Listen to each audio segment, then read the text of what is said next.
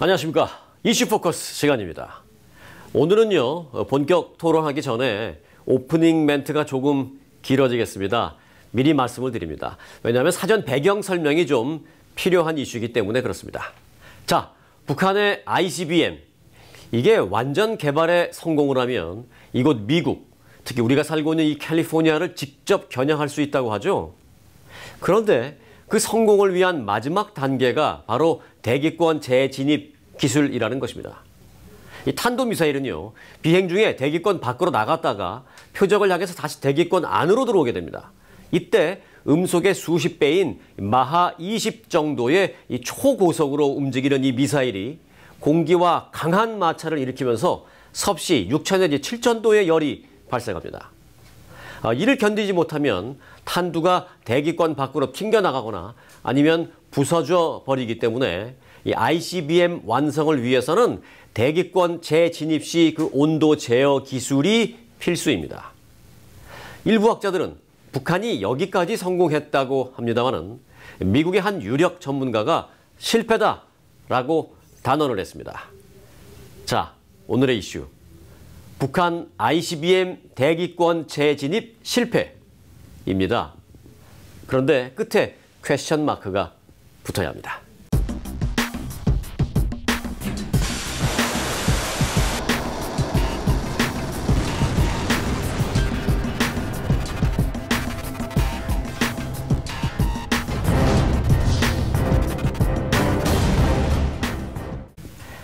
자, 주영석 기자 함께했습니다. 안녕하십니까? 안녕하십니까? 자, 이런 실패라고 말한 그 사람은 누굽니까?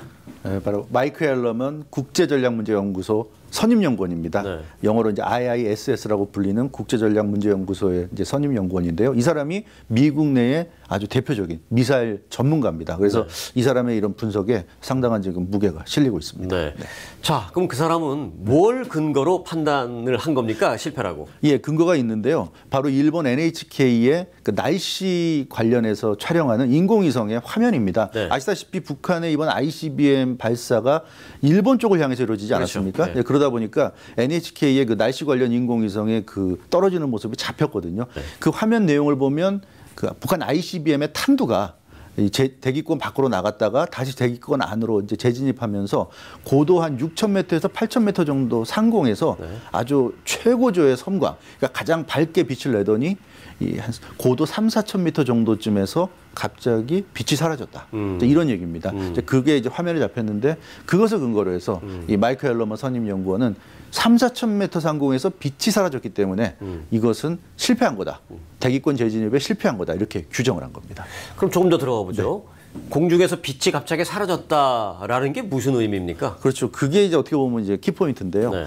이 마이크 앨럼먼 연구원의 설명을 들어보면 탄두가 대기권에 재진입할 때 엄청난 그 열을 받지 않습니까? 네. 그래서 그 부담을 극복하고 온 상태로 제대로 된 상태로 이 대기권에 들어와야 자신이 목적한 어떤 이제 목적지로 떨어질 수가 있는데 그것을 이제 해낼 수 있느냐 없느냐가 관건인데 이 3,000~4,000m 상공에서 갑자기 사라졌다. 그리고 그 전에 6,000m에서 8,000m 정도 상공에서 최고조의 어떤 섬광이 빛났다. 이것을 같이 묶어서 분석하면 결국 대기권 재진입하는 순간에 엄청난 고열에 휩싸였다. 이렇게 볼 수밖에 없다는 거죠. 네. 그래서 이 마이크 앨럼먼 연구원의 설명을 들어보면 최대한의 어떤 과부하를 받았고 그 과부하를 견디지 못해서 이 고도 6,000m, 8,000m 정도 상공에서 이미 엄청난 불덩어리가 돼버렸고 그것이 이제 3,000~4,000m에서는 그것을 견디지 못하고 완전히 이제 산산조각 났다. 이렇게 분석을 한 겁니다. 네. 따라서 이 북한의 ICBM 발사는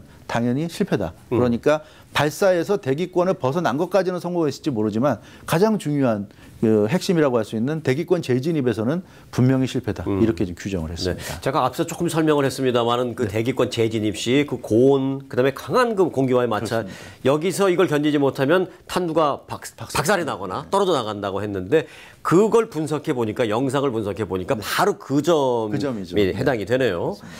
자, 그렇다면 북한의 앞으로의 어떤 행보를 좀 예상해 보면 네. 또 실패인지에 대한 것도 좀 우리가 추론을 해볼 수 있을 것 같아요. 그렇습니다. 이번이 실패인 것 같은데요. 네. 그러나 대기권 재진입에 실패했다고 해서 그게 전부는 아닌 거죠. 어차피 북한은 꾸준히 그 오랜 시간에 걸쳐서 미사일을 실험하고 또 이 ICBM을 실험해 오면서 지금까지 이르렀습니다. 따라서 그동안 북한이 수많은 시행착오를 겪으면서 지금 핵보유국의 지위를 인정받기 직전까지 왔는데 그런 관점에서 보자면 지금 실패했지만 그러니까 북한이 실패했다고 해서 멈추는 것이 아니라 계속 갈 겁니다. 따라서 마이크 앨러먼 수석연구원은 이 북한이 앞으로도 계속 실험을 할 것이다. 이번에 대기권 재진입에 지금 실패한 것으로 보이기 때문에 아마 지난번 발사했던 것과 유사하게 또 발사해서 대기권 밖으로 올려보낼 것이고 그것이 대기권 다시 재진입할 때 성공했다는 그런 확실한 그 증거를 보여줄 때까지는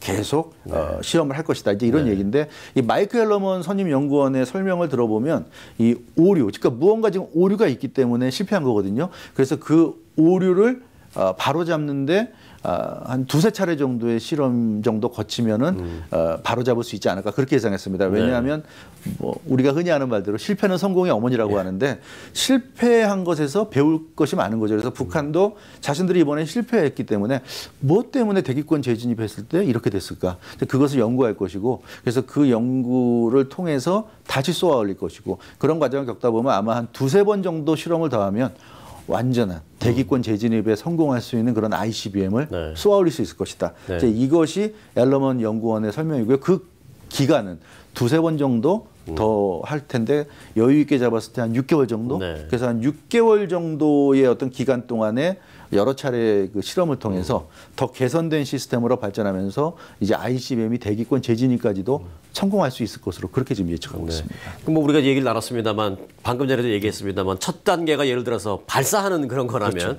사실 대기권 재진입 이 기술은 사실상 마지막 단계인데 이제 요거 하나 실패했다라는 것은 그러면 앞으로 말씀해 주신 대로 실전 배치, 최종 성공까지 그리 얼마 시간이 오래 안 걸릴 거다는 얘기네요. 맞습니다. 그래서 이 마이크 앨러먼 연구원은 6개월에서 길어야 1년, 그러니까 6개월에서 1년 사이면 북한이 사실상 이제 핵탄두를 장착한 ICBM을 쏘아 올릴 수 있는 능력을 보유한 국가로 등극할 것이다 이렇게 예상했는데 그 말은 다시 말하면 6개월에서 1년 정도면 북한이 핵탄두를 장착한 미사일로 캘리포니아를 실제로 공격할 수 있는 능력을 갖게 된다.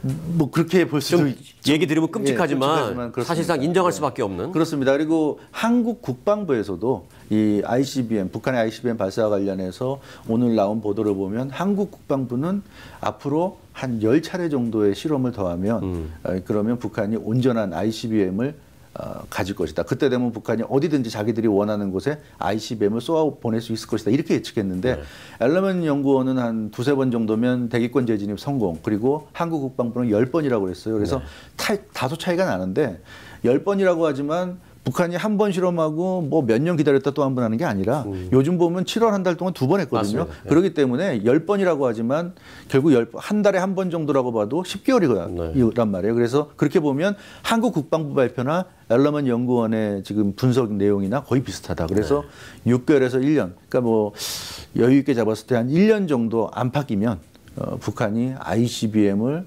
실제로 쏘아 올릴 수 있는 능력을 보유할 수 있다. 우리가 그렇게 판단해도 무리는 없을 것으로 이렇게 보여집니다. 근데 이제 여기까지 들으니까 정말 걱정입니다. 걱정이에요. 그러니까 미국으로 봤을 때는 사실 선택할 수 있는 여지가 사실 많지 않거든요. 그렇습니다. 이제 이 북한 핵 문제를 다루기가 쉽지 않아 보이는데 뭐 한번 예상을 해보죠. 어떻게 해야 되겠습니까, 우리가? 지금 말씀하신 게 어떻게 보면 지금 현실인데요.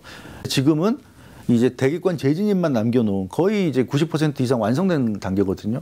지금 상황에서라면 북한이 포기할 이유가 없고 누구래도 그런 정도까지 간 상황에서는 포기 안 하고 또 북한이 이 단계까지 오기 위해서 얼마나 많은 희생을 했습니까? 그 북한이 경제라든가 뭐 정말 어려운 모든 것을 희생하면서 오로지 이것 하나에 모든 것을 다 몰입했기 때문에 북한 입장에서도 지금 상황에서는 참 힘들다. 그래서 미국이 그 얘기는 무슨 얘기냐면 미국이 북한을 설득하기가 굉장히 어렵다는 얘기죠. 그러니까 북한 입장에서는 무조건 자기들이 핵 보유했다는 것을 인정해 달라. 거기서부터 이제 협상이 시작될 텐데 미국 입장에서는 북한의 실체를 그런 식으로 인정해 준다는 것이 굉장한 부담이고 또 정말 인정하기 싫은 전례를 남기는 거거든요. 네, 가장 싫은 최악의 시나리오죠. 그게. 시나리오죠. 네. 북한처럼 이렇게 미국의 어떤 그 압박에도 견뎌서 일단 핵무기만 보유하게 되면 그다음부터는 미국이 인정해준다. 이거 굉장히 좋지 않은 선례고 미국 입장에서는 그럼 제2, 제3의 북한 같은 국가가 나올 가능성이 대단히 높다는 점에서 이런 선례를 만들고 싶지 않은 겁니다. 그래서 힘들어서 그런지 트럼프 대통령은 뭐 이제 뭐 전쟁도 불사한다라는 말을 뭐 실제로 했다고 그러고 좀 우왕좌왕하는 모습. 우왕좌왕하고 있죠. 뭐 어제 그런 얘기가 나와서 많은 지금 논란이 되고 있는데요. 이 트럼프 대통령이 그래서 전쟁도 불사하겠다. 한반도에서 필요하다면 전쟁할 수 있고 물론 그러면 한반도에서 많은 인명 피해가 따르겠지만 미국은 아니지 않느냐. 이제 이런 이제 뉘앙스의 발언을 해서 참 우리 한인들에게 또 한국인들에게 많은 충격을 안겨주고 있는데 뭐 그것이 본심이 뭔지는 모릅니다. 겉으로 그렇게 강하게 얘기하고 실제 또 마음속에서는 또 어떤 또 전략을 구상하고 있는지는 또 두고 봐야 되겠지만 일단 겉으로라도 그런 식으로 말을 했다는 것 자체가 참 충격적이고 만에 하나 가능성은 희박하지만 만에 하나 트럼프 대통령이나 또는 뭐 미국 행정부가 그런 경우의 수를 택할 수도 있다는 여지를 보여준 것이기 때문에 그것이 이제 우리 한인 입장에서 참 충격적인데 실제로 이 북한이 여기까지 온 이상은 미국 입장에서는 북한과 타협한다는 것은 북한을 핵무기 보유 국가로 인정해주고 북한이 원하는 조건을 들어주면서 미국이 원하는 대로 북한이 뭐 핵무기를 없앤다든가 이제 그런 조건, 타협을 해야 되는데 그러기가 참 쉽지 않은 거죠. 또 미국 입장에서는 그렇게 하고 싶지 않은 것도 사실입니다. 그러다 보니까 그러면 방법은 북한을 제거하는 것밖에 없다. 그러니까 김정은과 김정은 정권을 제거해야 되는데 그러자면 전쟁까지 감수할 그럴 어떤 마음의 준비를 하지 않으면 못하는 거죠. 제가 볼 때는 이제 트럼프 대통령이 그런 차원에서 우리는 전쟁을 감수할 용의까지 있다. 그런 얘기를 한 것 같고요. 그 차원에서 얘기하자면 역시 미국과 중국의 관계가 중요하다. 중동 지역 같은 경우는 이란, 뭐 이라크, 시리아 이런 나라들은 그 나라들 자체가 이라크나 시리아 같은 나라가 핵무기도 없고 또 주변에 강대국도 없기 때문에 미국 입장에서 필요하다고 생각하면 미국 독자적으로 공습을 할 수도 있고 침공을 할 수도 있어요. 하지만 북한은 북한 자체가 이미 핵보유국인데다가 주변에 중국과 러시아 같은 그런 강대국들이 있기 때문에 중동처럼 그렇게 미국이 어느 날 갑자기 공격할 수 없는 현실이 있어요. 그래서 이 트럼프 대통령이 이렇게 강경한 발언하지만 그 이면에는 중국을 압박하는 그런 이제 느낌으로 들려지는 것이 사실이고요. 결국 그 중국 너희들이 정말 계속 이런 식으로 북한을 방치하고 이렇게 놔두면 미국이 중국 너희들에게 굉장히 그 불리할 수 있는 그런 옵션을 선택할 수 있다.